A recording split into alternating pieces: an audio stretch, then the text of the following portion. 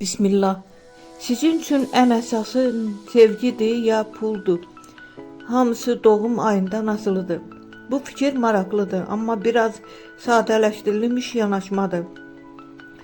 İnsan üçün sevginin və ya pulun daha önəmli olması təkcə doğum ayından yox, xarakterdən, həyat təcrübəsindən və prioritetlərdən asılıdır. Amma astroloji yanaşma ilə baxanda belə ümumi tendensiyalar deyilir. Yanvar, fevral, mart daha çox məqsəd və sabitlik yönümlüdürlər. Pul onlar üçün təhlükəsizlik deməkdir, amma sevgini də dərin yaşayırlar. Aprel, may, iyun enerjili və emosionaldılar. Sevgi çox vaxt puldan üstün olur, amma rahat həyat istəyi də güclüdür. İyul, avqust, sentyabr balans sevənlərdir. Həm sevgi, həm pul vacibdir, amma ailə və emosiyalar biraz daha üstün gələ bilər.